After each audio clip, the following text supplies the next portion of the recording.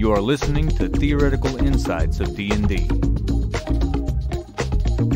Lord, give me a fireball! Screw how hot your skin is, my bars are hotter. Let me tell you what this is. Let me tell you, you listeners, if you don't know what the zombie has packing in his decaying flesh. You shut up, Cancer Bones. You're gonna be a zombie if that cancer doesn't get cured. Hey guys, I'm Rob. And I'm Eric. Welcome back to another episode of Theoretical Insights of D&D. Today we are covering our top, 10, 12?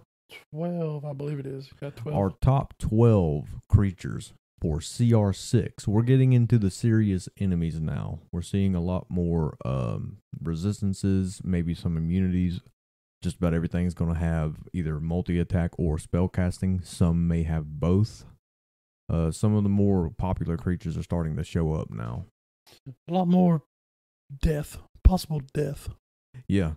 And once again, we are coming to you with a new celebrity list. So this week, at number 1, the lowest rank, Pablo Escobar. Yeah. Because history. Yeah. And number 2, Jada Pinkett Smith. Number 3, the Canadian Parliament. Yeah, for a standing ovation to a Nazi. Yeah. Number 4, Demi Lovato. That one was just funny. Well, the only reason she's at number 4 is because she sang to a ghost. That's really the only reason. But it was hilarious watching it, though. Oh, it was interesting. You remember the episode where apparently the ghost told Post Malone that he stunk? Yeah, I remember that. Yeah, a ghost told Post Malone that he stinks. Yeah. Number 5, Sean Ashmore. Now, if you do not know who that is, he is the lawyer. I cannot remember his name in the show, but he is the lawyer. He is the lawyer married to Detective Ramirez in The Rookie. He was also in The Boys. He was the guy that had the power to pretty much have his finger turn into a lighter. He's the one that burned himself to death in season 1. He was in X-Men. A lot of good stuff. Yeah, he was, what was his name in X-Men? See, if you hadn't asked me, I would have been able to tell you right offhand. He was the one that had the powers of ice. Yeah, he was Iceman. Iceman? I don't know. I don't remember what exactly. Okay. Number 6, Keegan-Michael Key, because the guy is funny. He is entertaining as can be. Number 7, Orlando Bloom, based solely on the Pirates of the Caribbean and Lord of the Rings. Yes. Number 8, James May, Captain Slow himself, making his way onto the celebrity list, slowly but surely. Number 9, someone who's going through a rough time with battle with cancer, Toby Keith. And number 10, the late and oh so great Dumbledore himself, Michael Gambon. And it's funny we had James May on this list with him because they had the last turn on the Top Gear track. Michael Gambon Corner. The turn right before the finish line on the original Top Gear test track was called Gambon Corner because he almost he nearly flipped the reasonably priced car as he took that corner with serious vigor. He was speeding just a little bit. So, to kick off this list, we start tonight with the Bodok. The child of Scream and Swamp Thing. Yeah, you're not wrong. It looks like it's got a stretched Scream mask for a face. And to give you a little bit of, like a background to it, a Bodok is the undying remains of someone who revered Orcus. Now, Orcus is one of the more powerful fiends or devils within the D&D universe. So, they decided to do some spooky and evil stuff with their beliefs, and now they're spooky and evil in death. Well, undeath, more like it. So starting off, it's a 15 armor class with 58 health, or you can do the 98 plus 18. Movement speed of 30 feet. Perception of +4 and a stealth of +6. Resistant to cold, fire, bludgeoning, piercing, and slashing from non-magical attacks. It is immune to necrotic and poison. Now that makes sense seeing as how it is undead, but I believe it is the first undead that we've seen that is immune to necrotic damage, because most are only immune to poison. Yeah, I think it's... In this list, in Yeah, our in this list list. Anyway. Because I'm sure that there's probably a CR 3 or 4 that's undead that's immune to necrotic as well, but poison is almost always a guarantee. Necrotic, not so much. Immune to charmed, frightened, and poisoned. Has a dark vision of 120 feet with a passive perception of 14. So it's not entirely impossible to get by this guy without being seen if you want to do so. Speaks Abyssal and the languages that it knew in life. So if for some reason this guy is one of the well-studied wizards of yesteryear, he could speak every language that's known. Yeah, that would be The first ability that's listed, however, is called Death Gaze. When a creature that can see the Bodak's eyes starts its turns within 30 feet of the Bodak, the Bodak can force it to make a DC 13 Constitution saving throw if the Bodak isn't incapacitated and can see the creature. If the saving throw fails by 5 or more, the creature is reduced to 0 hit points unless it is immune to the frightened condition. Otherwise, the creature takes 3d10 psychic damage on a failed save. Unless surprised, a creature can avert its eyes to avoid the saving throw at the start of its turn. If the creature does so, it has disadvantage on attack rolls against the Bodak until the start of its next turn. If the creature looks at the Bodak in the meantime, the creature must immediately make the saving throw. So if you roll an 8 or lower, you're dead. Pretty much. Yeah. That's... If you fail the saving throw by 5 or more, you immediately drop to 0 health. And that's Well, it's not death, unlike the Well, it's you're down. unlike the zombie. What is it, the zombie plague spreader from last list? Yeah, I think so. That was the 30-foot poison AOE, and Yeah. once you hit 0, you were immediately raised as a zombie. Yeah. This isn't insta death. This is insta down. And it's con save, so if your party spellcaster fails it, which it's more likely to fail it than, say, your fighter or barbarian. Yeah, you've got a point. But if anybody is out there making a sorcerer or a warlock, or not sorcerer and warlock, sorcerer and wizard, and you're putting a negative into Constitution, you're asking for a really hard time. Yeah. And it's interesting to see something that I believe this is the first time we've had something on the list that if you fail a saving throw by a certain number or more, you have a serious consequence for, because it's either pass or fail with everything else we've covered. Yeah, I think this is the first time I've ever heard of something like this. Yeah, because, I mean, let's be honest, we don't really sit down and go through like the monster manual and study them or anything. Well, I know, but I've been playing D&D for, 8 years now? Something like that? I've been playing for 6, and this is the first time I've actually sat down to read this. Well, I've never heard of a save like this. I've heard of some stuff if you fell by a certain amount, but not so much of the drop to a 0 immediately. Yeah, I because mean, you drop to, if you fail by a certain amount, it's something else happens, but not you think down. if you're a 5th level fighter, which you could run into one of these as a 6-person group into just one of these or maybe 2, a 5th level fighter, if they nat 1 this save, is going to drop to 0 health. Oh yeah, by they're gonna 5th level, they're going to have over 50 health.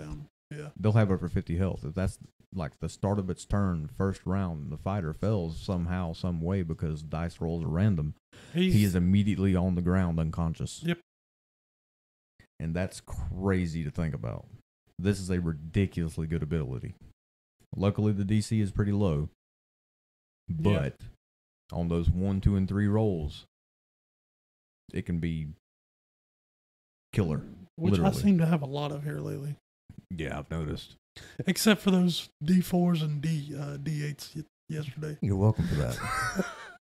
Those was all top rolls and everything else was mid to low.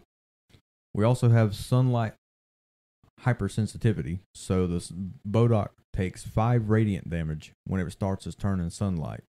While in the sunlight, it has disadvantage on attack rolls and ability checks. Also does not require air, food, drink, or sleep because it's undead. Yeah, it makes sense. Now for its actions, it's got a fist attack, which is a +5 to hit, 5-foot reach, 1d4 plus 2 bludgeoning damage, plus 2d8 necrotic damage. And a withering gaze. One creature that the Bodok can see within 60 feet of it must make a DC 13 Constitution saving throw or take 4d10 necrotic damage on a failed save, or half as much on a successful one. So this guy, I can see why they didn't really give him that much health. Yeah, because the gaze, the death gaze is an issue, and the wither gaze is an issue too. Now, luckily, that Constitution save is low. Yeah. But you also have the guys like you don't really have to worry about the sorcerer too much because they have proficiency in con saves. Mm-hmm. But there's the cleric, maybe, the wizard, possibly the ranger, the rogue, the warlock. Those are probably going to wind up being the problem classes if you don't have a decent modifier in those scores. And honestly, I think this guy's about a number 7. Orlando Bloom. I would have to say a James May. Because unlike most of the undead, this thing is missing one thing. What's that? Undead fortitude. You're right. I love fighting an undead without undead fortitude. Well, here's the thing. It's like Jeremiah stated in the, Flying Swords and Steve Buscemi episode. Yeah. Undead freaking fortitude is one of the most annoying abilities in D&D. It is. But whether you're a DM or a player. Another reason of a James May, this thing you're going to be fighting it in the dark most likely, or the Underdark. And it's got 120 foot of dark vision. If your entire party does not have dark vision, this thing is going to be sitting at the edge of the woods, staring at you. And let's say its long face. Yes, let's say it had like red glowing eyes at night. You look into those eyes, death gaze. Yep. Well, they have to be within 30 feet. Yeah. The edge of the forest is not that far from roads a lot of times. Yeah, you got a point. Sometimes it's right up on it. Yeah, and you walk through the woods and you see something, like you got your flashlight and you see red eyes. You're going to look at them. Well, that's the last time I'm making a human character. And I'm playing a human artificer at the moment. Yeah, 7.5. We'll do that. Yeah, that'll work. Between Orlando Bloom and James May. Next, we have the Chimera. The Chimera is... It's a classic. It really is a classic. It's throughout multiple mythologies, specifically the Greek. Yeah. I think that's one of its better known ones. Now, the Chimera has an AC of 14, 114 health, movement speed of 30 with a flying speed of 60, perception of +8, dark vision of 60 feet, and a passive perception of 18. So you are not going to be able to get by this guy easily. No. Understands Draconic, but it cannot speak. Now, it's got a multi-attack. The Chimera makes 3 attacks, one with its bite, one with its horns, and one with its claws. When its fire breath is available, it can use the breath in place of its bite or horns. Not as an action. It takes 2 attacks and then breathes fire. Yeah. So the bite, +7 to hit, 5-foot reach, 2d6 +4. Its bite is a great sword. Yeah. The horns, same attack modifiers. 1d12 +4. That's a great axe. Mm-hmm. The claws, another 2d6 +4. Now, the kicker, the fire breath. The dragon head exhales fire in a 15-foot cone.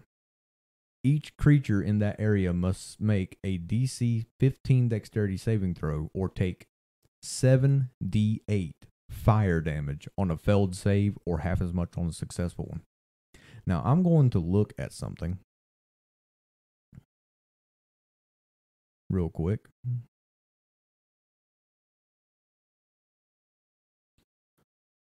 To see if I'm thinking correctly about this.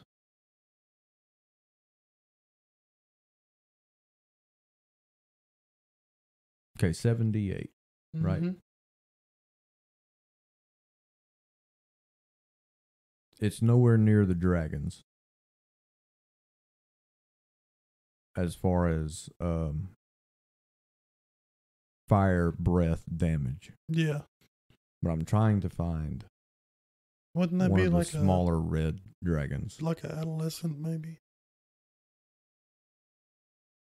Or young? Here we go. The red dragon wormling. It's a CR4. Its fire breath does 7d6. So the 7d8 is doing up to 56 damage. Yeah. And the next, as far as I know, because I was just looking at dragons specifically for the breath weapon, with it being a dragon head, the young red dragon is 16d6. So it's up to 96 damage. Which, let's be honest, because the young red dragon is, well, I've got a Pinterest ad again. Lovely. I'm trying to figure out what CR the young red dragon is. The young red dragon is a CR10. And that almost makes perfect sense. Yeah. Think about it. It's 4 CR levels higher and it's doing 40 damage more with its fire breath. That's almost like poetic justice in a way. 10 for each CR level. The Chimera in D&D overall is pretty cool, but it does not live up to the legend for me. Well, I think this is a good representation of it, but I think the Greek mythology represents it better. in You know. the mythology, it's more of a legend Yeah. than it is actual, like a creature, like say a lion is just a normal creature. In D&D, this is just a normal thing you would see on an adventure. You'd just see them passing through the air, probably. Yeah, because here's the thing, and I'm not ranking it yet, but if I was to say that this one was a number 5, just middle of the pack, for me, the Greek mythology version would be a 6. So I think it's just one notch below what's talked about throughout the mythologies of the world. Yeah. And how it's represented. Yeah, because it's got its base from mythology. It just doesn't have its legendary presence, so to say. And with that being said, that is why I'm going to rank it a number 6, Keegan-Michael Key, because Keegan-Michael Key is great, but he was at his best with Pill, Yeah. with Jordan Pill. I could say it. That's 6. And that's not a knock in any way to Keegan-Michael Key, because he's doing absolutely wonderful things since him and Pill have kind of gone their separate ways and started working on their own things. But that was, like the heyday. Yeah. The golden days, Like we've talked about before, the 4, 5, and 6 are not really bad rankings.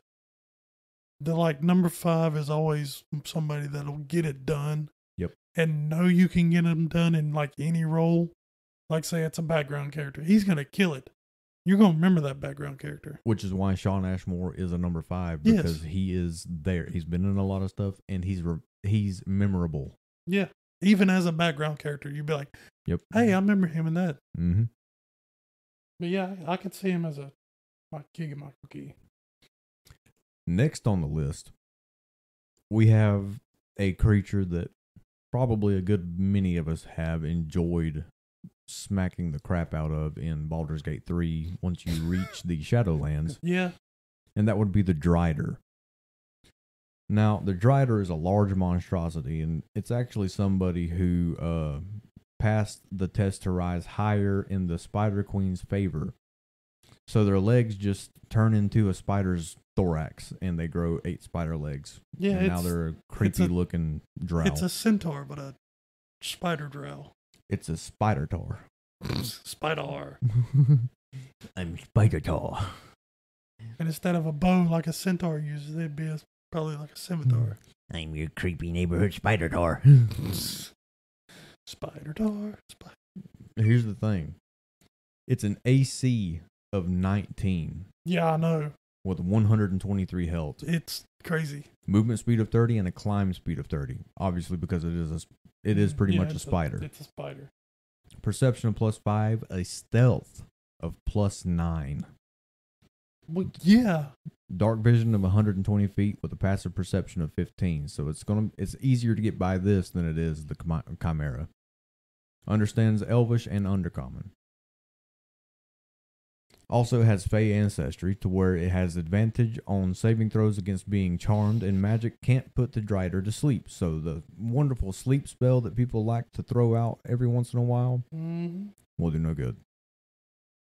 Has spider climb. The Drider can climb difficult surfaces, including upside down on ceilings, without needing to make an ability check. Now that would be just creepy. You just imagine walking into an old, what's the Spider Queen? Lolith? Yeah, I think so. I think that's her name.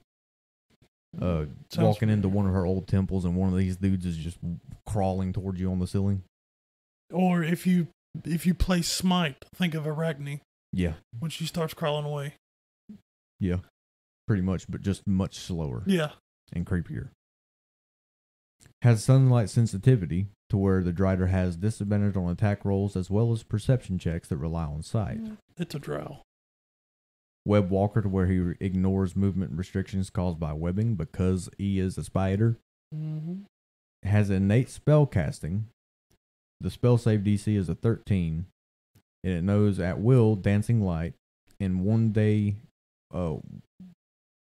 once per day for each one can cast darkness or fairy fire. And it's got multi-attack where it makes 3 attacks, either with its long sword or its longbow, and can replace one of those attacks with a bite attack. Now the bite is a +6 to hit, 1d4 piercing damage on a hit, plus 2d8 poison damage. The longsword is +6 to hit, 1d8 plus 3 slashing, or 1d10 plus 3 slashing if used with 2 hands. And the longbow, 150 to 600 foot range, disadvantage on anything more than 150 feet. 1d8 plus 3 plus 1d8 poison damage. Now it is interesting to see that he's got the poison damage on the longbow but not the longsword. Yeah, that is weird. But if you up close and personal, he's probably gonna bite you to poison you. Yeah, you might be right about that. Because that's a D4 piercing plus 2d8 poison. Now there is a variant version, and this is the one that we got in Baldur's Gate for the most part. He becomes a 7th level spellcaster as well, to where the spell save DC is 14 and has a +6 to the spell attacks. And the cantrips it knows are Poison Spray and Thaumaturgy. First level with 4 slots. Bane, Detect Magic, and Sanctuary. Sanctuary is pretty much the only spell that I ever saw him throw out. Second level for 3 slots. Hold Person and Silence. Third level, 3 slots. Clairvoyance and Dispel Magic. Fourth level, 2 slots. Divination and Freedom of Movement. So he's really only got 2 really annoying spells. He's got Sanctuary, which makes it impossible to hit him for an entire round. Pretty much. And Hold Person. Everything else is you can kind of deal with. Yeah, the Sanctuary is annoying unless you're throwing out AoE damage. Unless your spellcaster has become stuck in his web and now he casts silence on you and you cannot move. No, that is true. That's really the only time it'd really be annoying. You know. Drop an alchemist fire at your feet. Realistically, the Drider is a cool creature. And he's not overpowered. No, he's not really overpowered. Now the armor class is kind of tough. Oh, yeah. That's tied with the highest we've seen, I think. No, I'm sorry, the zombie general or the skeleton armor dude. Oh, the He Bone was an Knight. AC of, the Bone Knight was an AC of 20. Well, this is a guy you're going to be fighting alone. More Yeah, than likely. this is more of like a mini boss. You're not. He might have a name. You'll probably have to fight some stuff on the way in. His name would be Yahir. Yeah, something weird. And that's exactly how he would sound. Yahir. But yeah, this is the guy. He's not going to be at the top of the tower. He's going to be at the bottom in the basement. You have to fight your way down. He's guarding some kind of treasure. Or he's guarding the key to the upper doors. Yeah. He's a mini boss. But here's the thing, for a low level campaign, if you're only going to like 4th or 5th level, he'd make a perfect boss. Make a good boss, yeah. Yeah, he'd make a perfect boss because I think 4 to 6 5th level characters could really give this guy a good run for his money. You know what would make a good... But I would suggest the variant for that. Like a 1-shot or 2-shot campaign. What's that?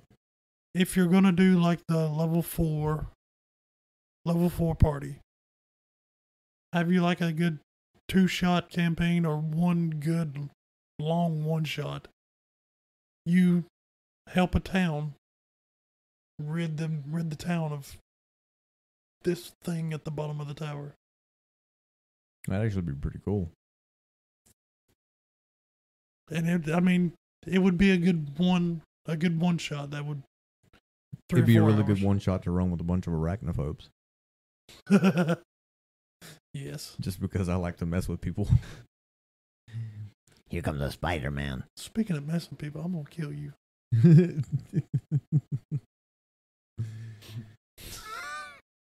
That's rough. I think the Drider belongs around the Keegan-Michael Key number 6. He's not overly cool, but he's I'm gonna go with slightly above. I'm gonna go with middle of the Orlando pack. Bloom because elf. Yeah, I mean, yeah, dark elf pretty much. But he's still an elf. It gets him points because the dark elves have been frowned upon for a long time. I hate it. I hate elves. They get a bad rap. If only they stop eating each other. Yeah. Yeah, that kind of sucks. I hate elves, but Orlando Bloom's an elf. The Driders used to be an elf. I mean, fair. Next on the list, we have Eater of Hope. Is a large fiend. AC of 17. And I will say, the art that they have in here kind of reminds me of... He almost looks like he would be an Egyptian fiend. Yeah, the crest on his head reminds me of some kind of Egyptian. It helps that because it's made of gold, or it resembles gold. Yeah, it resembles gold, yeah. So it's an AC of 17 with 90 health, or you can do the 12d10 plus 24 for a max of 144. Yeah. 30 feet of movement with a flying speed of 60.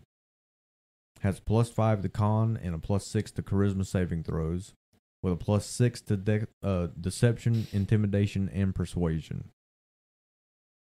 Resistant to cold and necrotic, and immune to poisoned.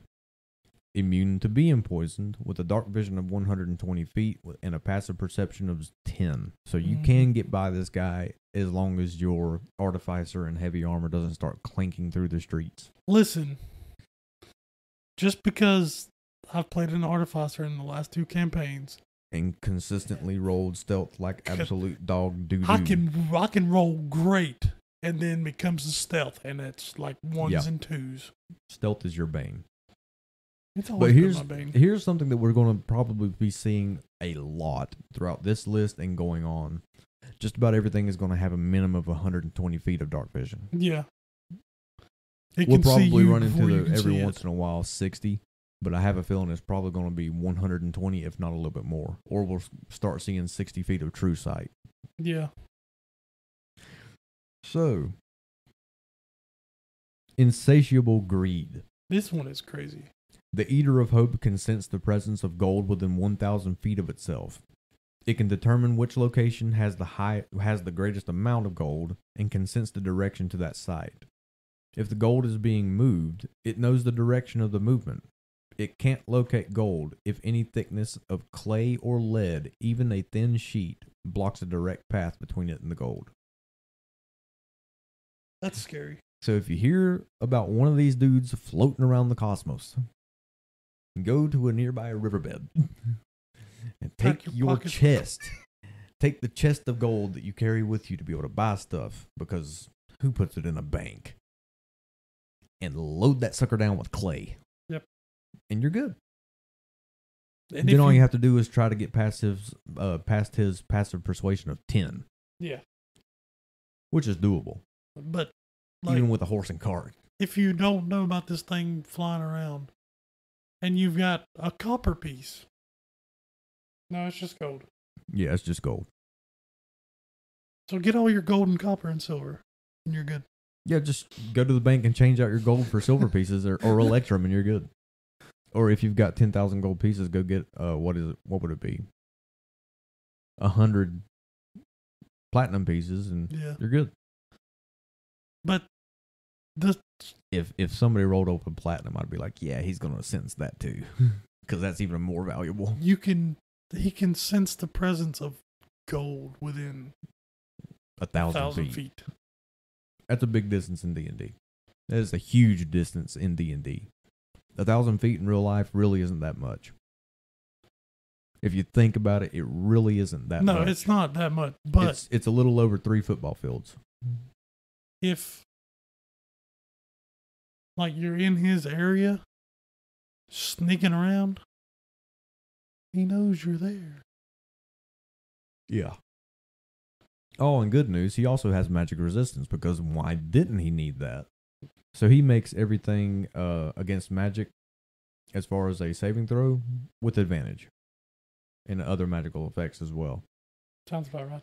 He also makes 2 attacks with his claws.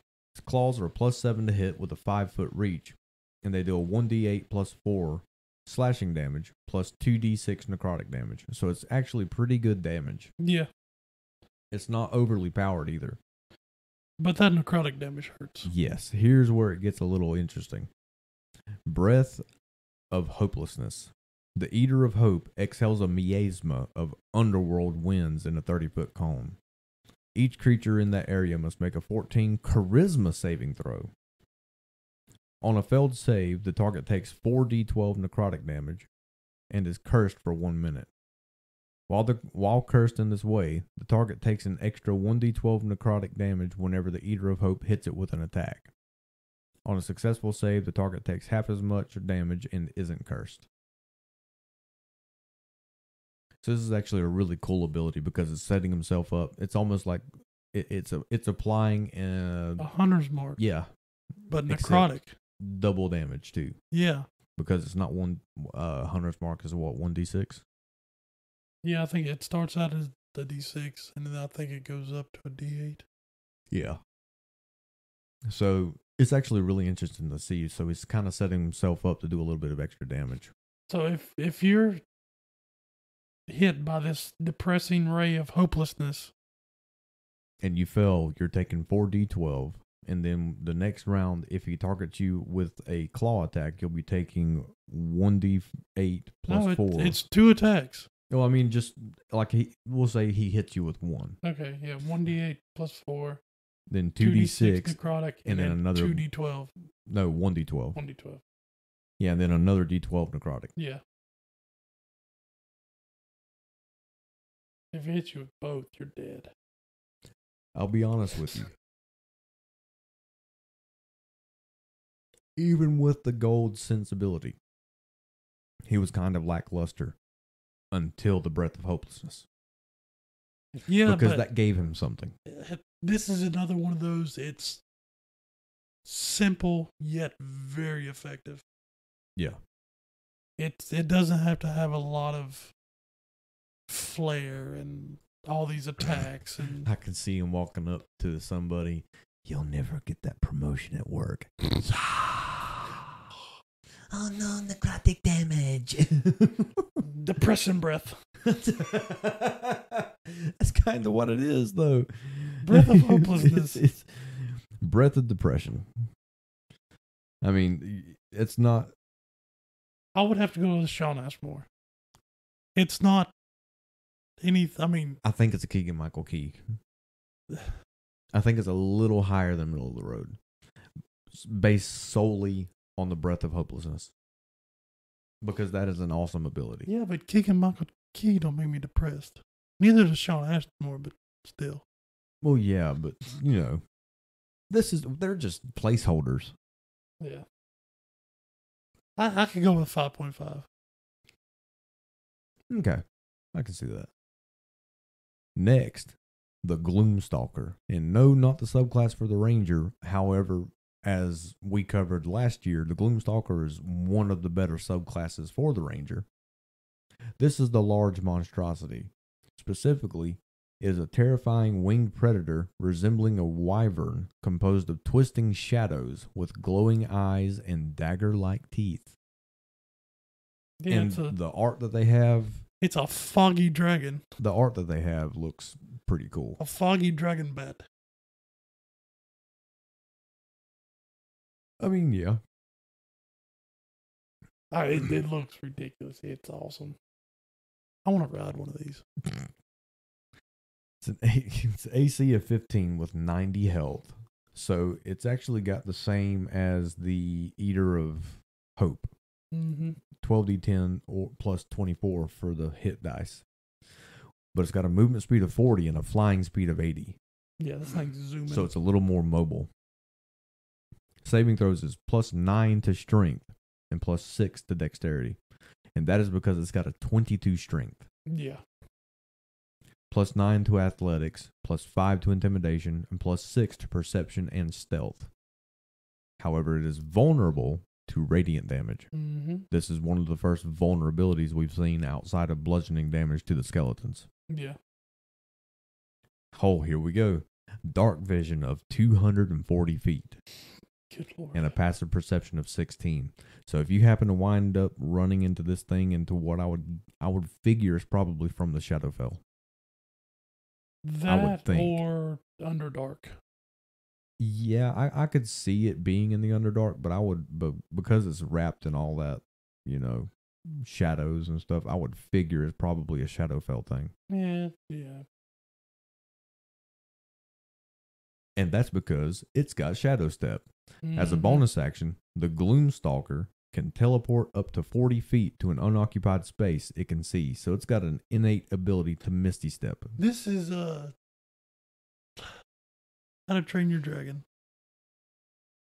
I think it's a little, well, I mean, yeah, I don't think it's quite as cool as Toothless, though. Well, no, never mind. Toothless didn't actually teleport. He just turned invisible.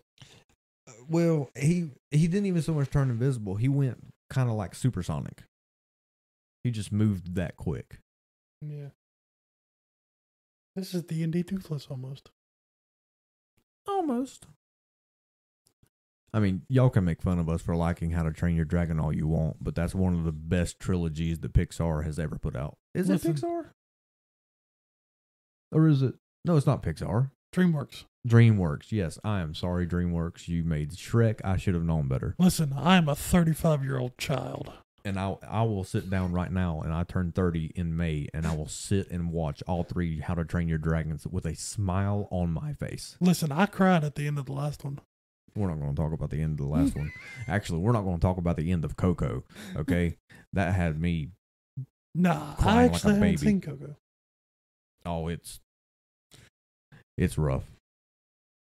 And once again, we see sunlight sensitivity on this. Mhm. While in sunlight, the Gloomstalker has disadvantage on attack rolls as well as perception checks that rely on sight.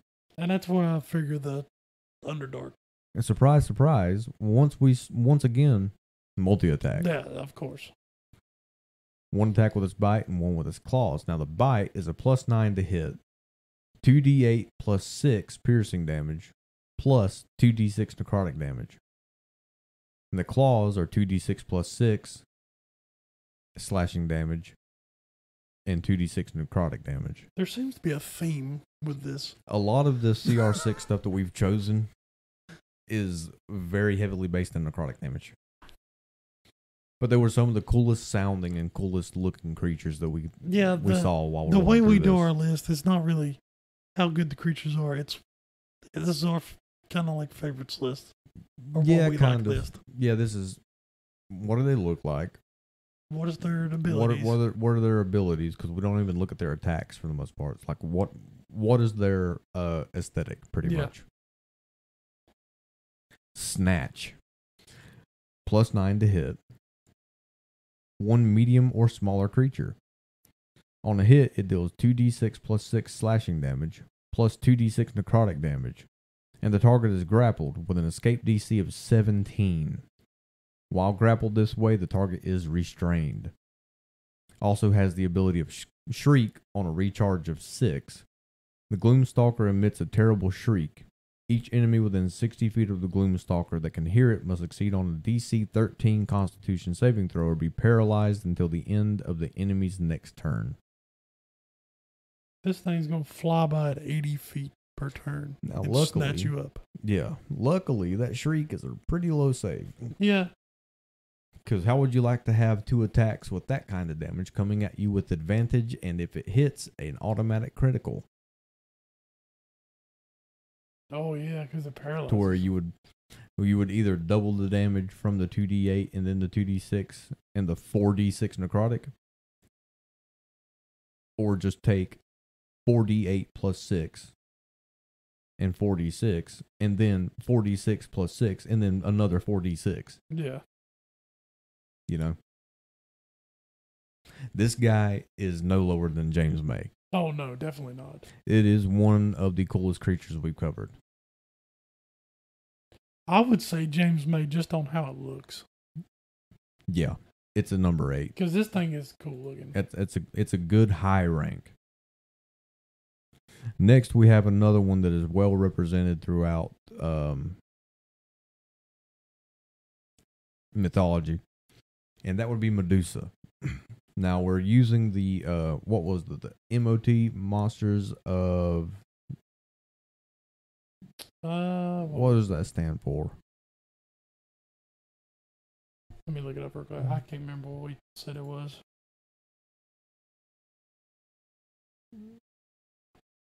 Well, it's not Masters of the Wild, I can tell you that much. Mythic Odysseys Of Theos. of Theros. Yeah. Yeah. This is the one from Mystic Odysseys of Theros, not the Monster Manual version. There's just a slight difference. And I think this is more based on the actual Greek myths and stuff. Which is why we chose it. Because, this is actual Medusa. 15 AC with 127 health, or you can do the 17d8 plus 51 for hit dice. Deception and stealth of +5 with an insight and perception of +4. Dark vision of 60 feet, so realistically the lowest dark vision we've seen so far. Mm-hmm. And a passive perception of 14, and speaks common. Petrifying gaze. Surprise, surprise, it's Medusa. When a creature that can see the Medusa's eyes starts its turn within 30 feet of the Medusa can force it to make a 14 Constitution saving throw if the Medusa isn't incapacitated and can see the creature. If the saving throw fails by 5 or more, the creature is instantly petrified. Mm-hmm. Otherwise, a creature that fails the save begins to turn to stone and is restrained. The restrained creature must repeat the saving throw at the end of its next turn, becoming petrified on a failure or ending the effect on a success. The petrification lasts until the creature is freed by the greater until the creature is freed by the greater restoration spell or other magic. Unless surprised, a creature can avert its eyes to avoid the saving throw at the start of its turn. If the creature does so, it can't see the Medusa until the start of its next turn, when it can avert its eyes again. If the creature looks at the Medusa in the meantime, it immediately makes the save. if the Medusa sees herself in a polished surface within 30 feet of it and is in a area of bright light, the Medusa is, due to its curse, affected by its own gaze. So it's just like the it's pulled myth straight of Medusa from the and myth. Perseus. Yeah. Yeah. It's pulled straight from that. Just- Multi-attack. Yeah, it's just like all the movies. Multi-attack. The Medusa makes either 3 melee attacks, one with its snake hair, one to constrict, and one with a short sword, or 2 ranged attacks with the longbow. Snake hair is +5 to hit for a 1d4 plus 2 piercing damage plus 4d6 poison damage. Mm-hmm. That's a good bit of poison damage, That is a lot of poison damage. especially for snake hair. You know, Yeah. one of those little noodles on her head just goes, and you take 4d6 poison damage. Short sword is +5 to hit, 1d6 plus 2. Longbow, once again, 150 to 600 feet, 1d8 plus 2, and 2d6 poison. And the constrict is a +3 to hit, reach of 10 feet instead of 5, 2d6 bludgeoning damage, and the target is grappled with an escape DC of 11 if it is a large or smaller creature. Until the grapple ends, the target is restrained, and the Medusa cannot constrict another target.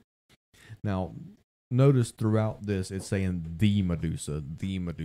And I think the reason they're saying the Medusa is because Gorgon is already a creature within D&D, the bull.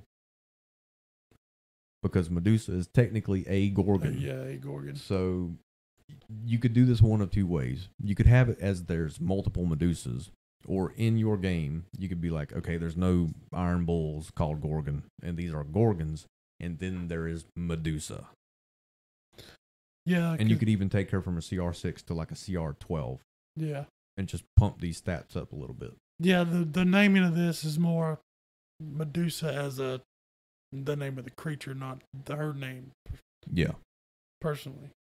Like it was in the mythology. No lower than Toby Keith. No, definitely. Absolutely not. Because this one is straight from mythology. The other Medusa, maybe a Keegan-Michael Key, but since this one is the actual Medusa. Yeah. Now, I'll put it this way. If you're going to run the game to where if Medusa is just a Medusa, like Gorgons exist, so you can't really technically call her a Gorgon. Yeah. You know? If it's just a run-of-the-mill, I'll look at you and turn you to stone, and there's a whole bunch of us, then it's like a 4. However, if you use this Medusa as the stand-in of the Greek mythology Medusa, you know, the monstrosity that she was, thanks to the curse bestowed upon her by Athena, then Toby Keith. Yeah. She is a number 9. I don't think she's quite a 10, but she's definitely a number 9. No, she's not quite a 10.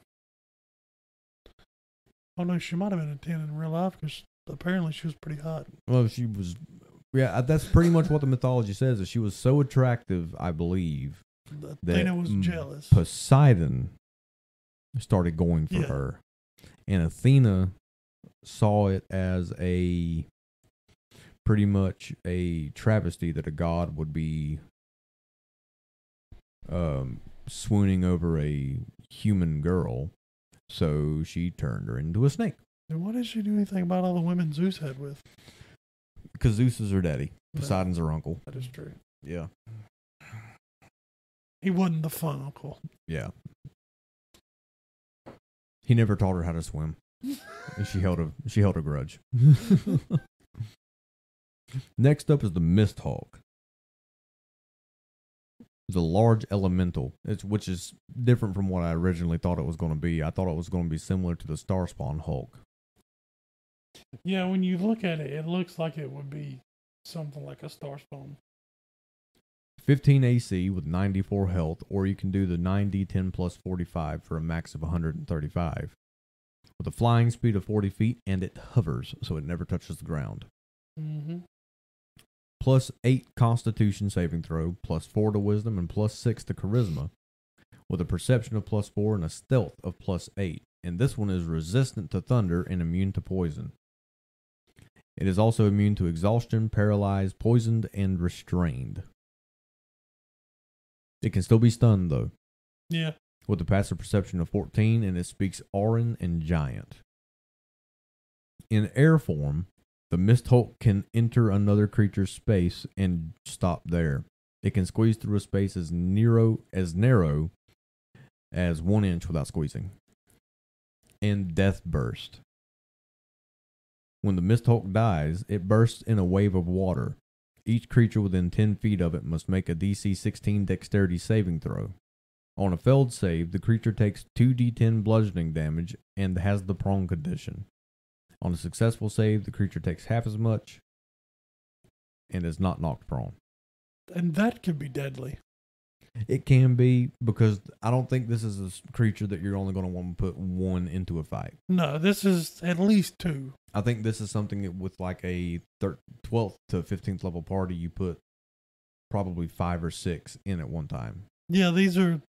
For like a big fight. These would be like roaming the halls in like a cloud giant castle or something. Because realistically, it doesn't do that much damage. No, but It after you get done fighting this thing with average of 94 health, yeah, your party's going to be low. And then that 2d10 plus prone. especially if the fighter has, or the barbarian has, while it's going to be resistant to the damage, of course, because of rage, is going to be possibly taking at least 3 of those 2d10 bursts. Mm-hmm. It also makes 2 slam attacks, and the slam attacks are a +8 to hit with a 10-foot reach, dealing 2d10 plus 5 cold damage. Not bludgeoning, cold. It also has hideous welling on a recharge of 5 to 6.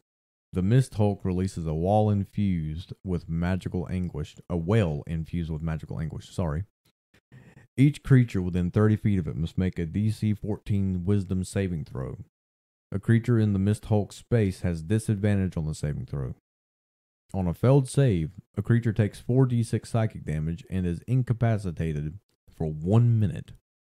The affected creature can repeat the saving throw at the end of each of its turns, ending the effect on itself in a success. Once again, the save really isn't that high. No. It is makeable, but it's one of I've those noticed things. that a lot about things on this list. Well, see, here's the thing. It's makeable saves, but there are some very serious consequences for if you fail. Yeah, it's a fairly easy save, but it's pretty detrimental if I mean, this CR6 is the list of good health number, good AC number, decent damage on attacks. Mm-hmm. Save DCs are going to be very, very low because what they're doing is very serious. Yeah. But I'm confused. I'm kind of confused by this thing. Is it like an air and water elemental? Technically, yes. Because it's got the air form, but then when it dies, it Water bursts in burst. water. Yeah. Yeah. I think it can be considered a combination of an air and water elemental. Well, it is Mist Hulk, so Yeah. it would be like mist. Air and water. Yeah, okay. Realistically, I don't think it's any higher than a 5. It is cool, don't get me wrong, because obviously it's on the list, but I don't think it's above a 5. No, I would definitely remember this thing, even if it was the background in the boss fight. I'd have to go with a Sean Ashmore. Yeah. Because even if, say, like we're going through Storm King's Thunder right now, if we run into the end of the final confrontation for Storm King's Thunder, and there's a couple of these Mist Hulks in the final fight, I'll remember the Mist Hulks just as well as I will whoever this final boss may be. Next up, we have a Vrock. And that's how we say it in English, but if you want to speak the language of the Vrock, you say Vrock! Like that teacher from Jimmy Neutron. Excuse me, class. I can see the resemblance in the face now. We need you to bring Jimmy. I need you to come up here and present your project. Oh boy. It's a 15 AC with 104 health, or you can do the 11d10 plus 44 for a max of 154. Movement speed of 40 and a flying speed of 60, with a plus 5 to dexterity saves, plus 4 to wisdom, and plus 2 to charisma, because it's got a whopping 8 charisma. Yeah. It is resistant to cold, fire, lightning, bludgeoning, piercing, and slashing from non-magical attacks. So this is the most resistant we've seen so far. Yeah. It is immune to poison, and it is immune to being poisoned. Dark vision of 120 feet with a passive perception of 11. Understands abyssal and has telepathy of 120 feet. So this is a talking bird fiend. Kind of. It's an ugly parrot vulture demon. Oh, and good news. You know what it needs? What? Magic resistance. Of course it does. So it has advantage on saving throws against spells and magical effects. Why not? Now, the Vrock makes 2 attacks, one with its beak and one with its talons. The beak is plus 6 to hit, 2d6 plus 3 piercing damage. The talons are plus 6 to hit, 2d10 plus 3 slashing damage. And it also has spores on a recharge of 6. A 15-foot radius cloud of toxic spores extends out from the Vrock. The spores spread around corners. Each creature in the area must succeed on a DC 14 Constitution saving throw or become poisoned. While poisoned in this way, the target takes 1d10 poison damage at the start of each of its turns. A creature can repeat the saving throw at the end of each of its turns, ending the effect on itself on a success. Emptying a vial of holy water on the target also ends the effect on it. So this is basically a circle of Area spores control. druid. Yeah, well, it's a circle of the spores fiend, pretty much. But it's got area control. Yeah. Because the last thing you want to do, even if you're a decent level barbarian, is walk into that. Unless you're raging, then it's guaranteed to extend your rage. Yeah. Stunning screech 1 time per day. The Vrock emits a horrific screech. Each creature within 20 feet of that. Let me start over. Oh boy. It's 2 o'clock in the morning. Each creature within 20 feet of it that can hear it and that isn't a demon must succeed on a DC 14 con save or be stunned until the end of the Vrock's next turn. Realistically, I have a feeling that this is going to be something that you don't run into alone. It's going to be with something. This in my mind is going to be like Maybe a couple gargoyles at a castle. Wait a minute. What if this guy's running around with those hellhounds we talked about in CR3? The trackers and the spotter. He's flying up above while the hellhounds are. Ooh. And he is the hound master instead of the bearded devil. Yeah. He's got 4 hellhounds with him. And then he comes down, screams, stuns you. That could be an interesting fight. You're stunned, you fail the dexterity save, and you take all 4 breath attacks from the hounds at once. Because why not? Oh, and as a variant, it can cast a summon demon once per day. So it chooses what to summon and attempts a magical summoning. A Vrock has a 30% chance of summoning 2d4 dretches or another Vrock. A summoned demon appears in an unoccupied space within 60 feet of the summoner, acts as an ally of its summoner, and can't summon other demons. It remains for 1 minute until it or its summoner dies, or until the summoner dismisses it as an action. If you're stunned, do you automatically fail a con save? Or disadvantage on the con save? I think the only thing that, and I could be wrong on this. I know Dex is an automatic failure, ain't it? It may just be disadvantage. I know paralyzed is an automatic failure. Stunned may be disadvantage. I'm not 100% sure. Look up the ruling on stun, because we don't want to tell these people wrong. Quick look because we're right 90% of the time. We can't allow that 10% to show its head right now. That's an ugly 10%. That is an ugly 10%. Luckily, you learned your ABCs to where you can know where to find stunned.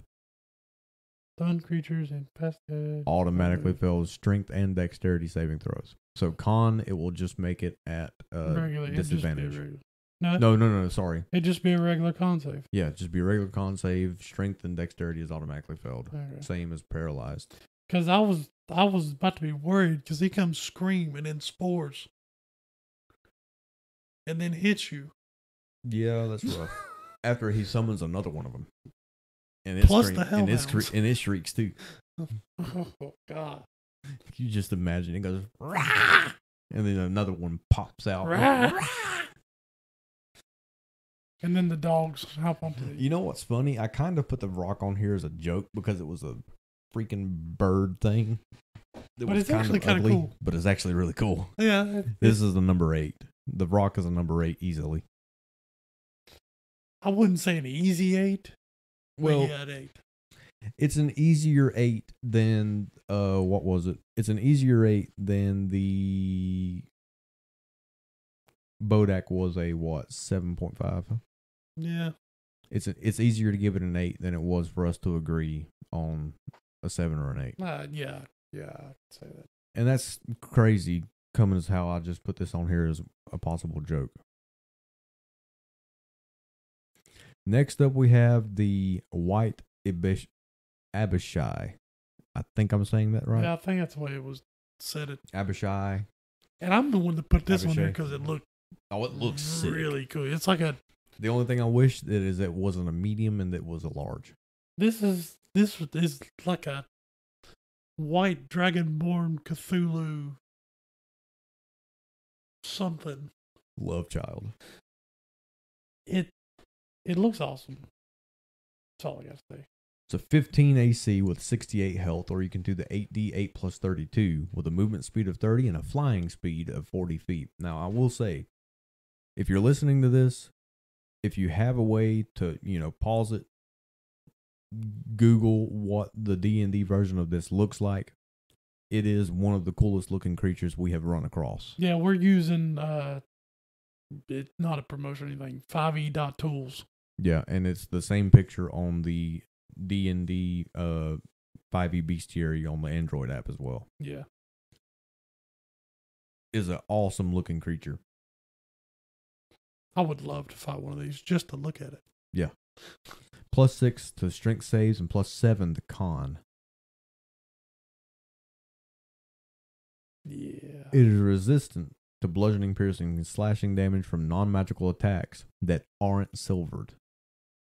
Also immune to cold, fire, and poison, and immune to being poisoned, with a dark vision of 120 feet and a passive perception of 11. It also understands and speaks Draconic and Infernal with a telepathy of 120 feet. This has Devil's Sight, to where magical darkness doesn't impede its dark vision. You know how scary that is? Yeah. You don't realize what this thing is. Like, you don't metagame. So you're like, I know exactly what this thing is, but my character doesn't. So I'm going to cast darkness and hope for the best. And he still launches he still throws something at you. He just walks through it and looks straight at you. And yeah. It's like, what are you doing? Has magic resistance, just like most of the stuff. And reckless. At the start of his turn, the Abishai can gain advantage on all melee weapon attack rolls during that turn. But attack rolls against it have advantage until the start of his next turn. So it's the reckless attack feature from the barbarian class. It makes 1 bite attack, 1 claw attack, and 1 longsword attack. So it's 3 attacks per action. Oh, plus reckless? Yeah. 3 attacks with reckless. Oh, that's gotta hurt. So the bite is plus, all of these attacks are +6 to hit with a 5-foot reach. The bite is 1d4 plus 3 piercing damage plus 1d6 cold damage. Because it kind of looks like a white dragon. Yeah, it's a white dragon. The claw is 1d10 plus 3 slashing damage, and the longsword is 1d8 plus 3 force damage. or 1d10 plus 3 force damage. It is not slashing. It is force, which is very interesting to see.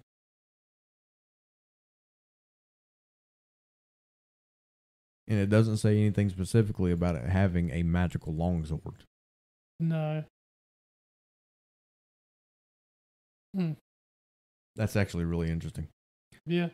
And it also has a reaction called Vicious Reprisal. In response to taking damage, the Abishai makes one bite attack against a random creature within 5 feet of it. If no creature is within the reach, the Abishai moves up to half its speed toward an enemy that it can see without provoking an opportunity attack. That's crazy. So it's got a 60-foot flying speed, 40-foot flying speed, and as a reaction can move half its speed towards a creature or do a bite attack while having a longsword that deals force damage instead of slashing. Because that... And it doesn't provoke opportunity attack. Because that chainmail plus 1 you looked up and found that had an enchantment on it to where you had resistance to slashing damage will now do you no good. Yeah. Except for the claw attack. Oh, and I was reading some of the info on these things. Yeah. Each Abishai was once a mortal who somehow won Tiamat's favor before death, and as a reward found its soul transformed into a draconic devil to serve it as her pleasure in the 9 hells. Sounds like something that Tiamat would do. Yeah.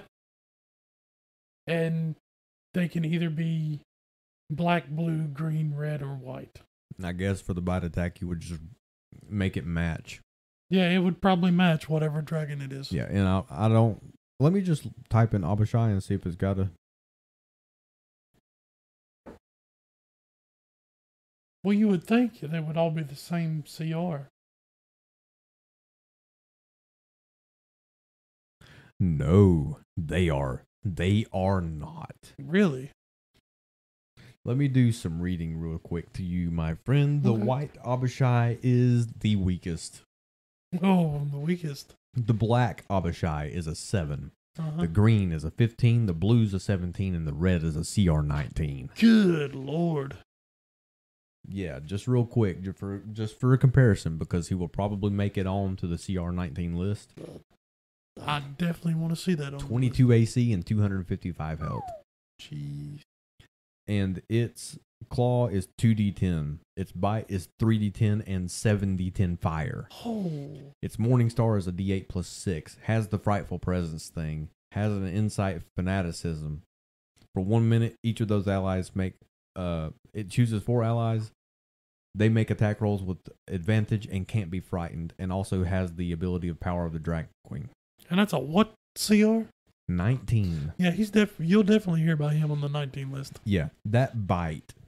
Oh, God, We were like, oh yeah, the bite's pretty good on the white Abishai. That whatever the damage was plus a d6 cold. Yeah, that's cool.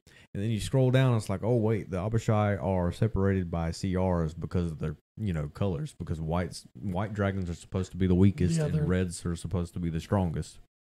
So let's just take a look. 7d10 extra on top of 3d10 for a bite. Oh my gosh. Yeah, you'll probably forget about the red one by the time we hit the CR19. And we'll reintroduce. I'm not gonna lie, that's just dumb. But in the meantime, the white Abishai is a number 7 for me. I gotta go with 8.5. It was gonna be a 7.5. And then I read the info on it. Yeah, it's interesting because then you can bring in the whole deal of Tiamat and Bahamut into the whole mix of it. So, yeah, I'll bump mine to an 8. This would be a great demon to fight in a dragon-based campaign. Yeah, it probably would be because it's a demon. It would be. It's a good dragonborn for demon. The lower levels. Yeah, the ones that I would probably want to see more often than not would be the blue ones. Yeah. Just because I figured that the blue and green dragons, there'd be more of them around. Yeah.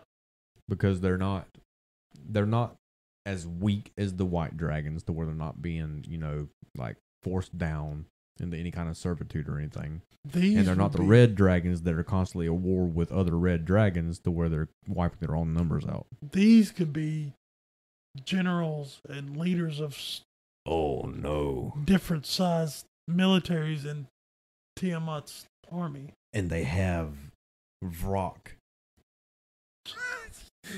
sergeants. You and that hellhound daggum Vrock. soldiers. You just on the battlefield, and all of a sudden you hear like 15 Vrocks just attack. That'd be rough. Moving on, the Wyvern. To an actual dragon. Well, yeah. This is one that's more thought of when you're talking about going into like European mythology. Yeah. So the Wyvern, it's only got a 13 AC with 110 hit points, or you can do the 13 D10 plus 39 for 169. It's a movement speed of 20, but a flying speed of 80. With a perception of +4, dark vision of 60 feet, and a passive perception of 14. The Wyvern makes 2 attacks, one with its bite and one with its stinger. While flying, it can use its claws in place of 1 attack. All of them are +7 to hit. The bite is 2d6 plus 4 piercing damage. The claws are 2d8 plus 4 slashing damage. And the stinger is 2d6 plus 4 piercing damage. And the target must make a DC 15 Constitution saving throw or take 7d6 poison damage on its failed save or half as much damage on a successful one. That is a lot of poison damage coming off that stinger. It is. It is a lot of poison damage. And that was it. There's nothing else. Yeah, this is another one of those simple but effective. Yeah, and the reason it made the list is because of the lore that comes with a wyvern. Yeah. Because yes, it's not considered. It's considered a dragon by its class. You know, like what kind of creature it is. But a lot of people are going to look at it and say, "That's not a dragon. That's a wyvern." You know. It's a subspecies of a dragon. Yeah, and that's the same way that they, you know, in the European mythology of like Arthurian legend. There's dragons. That's the way worms, they were. Yeah, that's the way where they were thought of. wyverns. There's another one. So the fact that they took time to separate those two and be like, these are dragons, these are wyverns, there are worms as well. This guy is an 8. Oh yeah. For the simplicity and the fact of how effective he can be. Oh yeah. And it's Simple a and very wyvern. effective. When I think wyvern, I think Ark Survival Evolved. Because I was playing Ark a lot when they first released Scorched Earth. And I remember trying to get a wyvern egg. It was pure chaos. I've seen a lot on YouTube that even these people with built up everything going to get wyvern eggs, and it's still a challenge. Oh, yeah. Oh, it's dumb because here's the thing. Depending on how the server's set up, you might run into a poison wyvern that's like a level 50 or 55. And then you go back a couple weeks later, it's like, okay, I've got my wyvern tamed. Let's take my new wyvern to go get another wyvern. So you're riding your poison wyvern over to get a fire wyvern. And you run into a level 258. And your new poison wyvern is dead. And you're falling into the lava. Moving on to the last creature on our list for this week. We have the zombie clot. Now, when we talked about this, what was it, last week, about putting it onto the list, we couldn't help but chuckle at the fact that it's got a certain ability, and you'll figure out which one it is when we both start giggling like little schoolgirls because it's after 2 o'clock in the morning and we can't help ourselves. This one is... This is dumb, okay? This is just dumb. But it's cool. Oh, it's cool, but it's dumb. I really want to find one of these just to see how it would fight. It's an armor class of 12 with 104 health, or you can do the 11d12 plus 33. And it's too dang late for all that math. Be 133. 32. 100. I give up. It'd be No, 100, it's yeah, like 132. No. Yeah, it would. 12 and 12 is 144. Minus 12. 132. Plus 33. I'm talking about the 11d12. Yeah, and then you go plus 23. Plus I know 33. that. It'd be 165. Yeah. Get it right. Gosh. Get it right, quick maths. Quick math. With a speed of 40 feet. I did not read that last go around. It's got a movement speed of 40. Imagine this thing. We'll explain what it looks like here in a little bit, but imagine this. Yeah. Saving throws is +6 to con, immune to poison, immune to charmed, exhaustion, paralyzed, petrified, poisoned, and stunned. Which makes sense. Dark vision of 60 feet and a passive perception of a whopping 9. Understands the languages it knew in life, but it can't speak. And that's interesting because among the undead, a lone zombie ranks far from the most menacing. The horror of the shambling dead lies not in their individual menace, though, but their numbers, their persistence, and their disregard for their own well-being. The zombie clot is a huge undead, which is made up of a multitude of zombies that have formed together to make one being. What is it in? They rolled through the Gorilla Glue. No, it's one of the superhero movies where they fight something similar to this, but it's. I think I know what you're talking about, but you know those stupid mobile ad games you keep getting on TikTok, Oh yeah, the like zombie the rolling one. zombie Yeah. ball. That's what it is. That zombie ball that rolls towards it, and they always fail because they play it bad to get you to download it to where you play it right for 5 minutes. And you're like, this game sucks. Yeah, it's one of those. This thing has deathly stench. Any creature that starts its turn within 10 feet of the zombie must succeed on a 14 Constitution saving throw or take 2d8 poison damage and be poisoned until the start of the creature's next turn. I remember what this is. What's that? This is Sandman from Spider-Man. It took you that long to remember Sandman? Listen, it's been a long time since I've watched any Spider-Man. Especially the originals. What kind of nerd are you? It's Don't worry. It's yes, I could sit here and talk It's about 2 Star o'clock Wars. in the morning. Yeah. It's a zombie Sandman. Oh, and guess what it's got? Undead freaking fortitude. Of course it does. Why It's wouldn't got it? undead fortitude. So instead of dropping to 0, it can make a con save with the DC being 5 plus the damage taken, unless the damage is radiant or from a crit. But Instead, it would drop to 1. Is that on the whole thing or each individual Oh, zombie? this is all like all one thing. Imagine having to take out each individual This is like piece of this thing with. this thing is like the biblical definition of marriage. 2 flesh become 1. There's nothing biblical about this. 'Cause this is like 100 become 1. Yeah, this is more like Legion. We are Legion. It has a multi-attack for 2 slam attacks, dealing with a +8 to hit, 10-foot reach, 3d8 plus 5 bludgeoning damage. No necrotic damage on the slam. Which is strange. However, Yeah. we got to try to get through this. It's the last one. Yeah, it's the very last one. So if we lose ourselves, it's because it's 15 after 2 in the morning. We chuckled at this last week when we were talking about this. And it was not 2 in the morning. And it was not 2 in the morning, so this is about to be hilarious to us. And we apologize beforehand because it will not be funny. Oh, We it'll be already funny. know that. It won't be that funny. Flesh Entomb. On a recharge of 5 to 6. The zombie flings at detached clumps of corpses at a creature it can see within 30 feet of it. This dude rears back and says, yeet, with his own self. This is oh no. The zombie flings a detached clump of corpses at a creature it can see within 30 feet of it. The target must succeed on a 16 strength saving throw or take 3d10 bludgeoning damage. And if the target is large or smaller, it becomes entombed in dead flesh.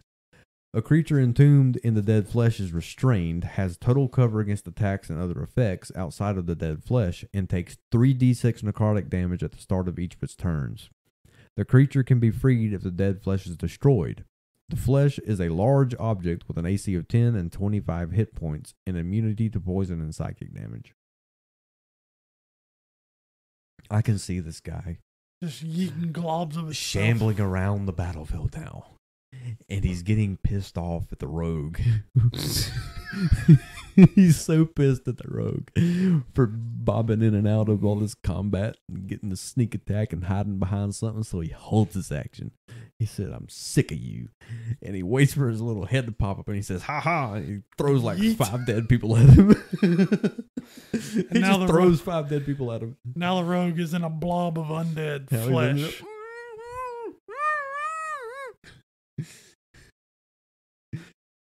Like an undead glob of gelatinous. It's really cube. not that funny. I mean, it kind of is. It's freaking hilarious is what it is. This thing just hurls back and Yeets itself. yeets itself. I cast yeet. But hold on, idea. Oh boy.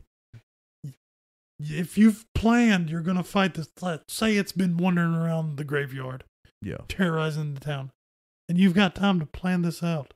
Set up decoys of your party to where it just flings itself to death.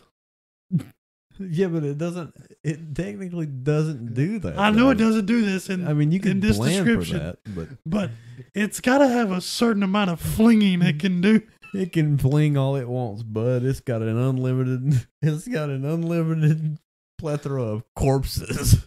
It just flings and Just regenerates. get the Diablo 3 Necromancer in there for corpse explosion. Problem solved. That's what's in the center of this thing, a Diablo 3 It's Necromancer. the Diablo 3 Necromancer. That's the Diablo 4 next Diablo 4 Necromancer skills. There we It just go. makes itself a skeleton zombie. Golem. Hey. And starts flinging It itself. starts flinging dead people. That would be so cool. Oh no. Fling corpse explosion. Fling corpse explosion.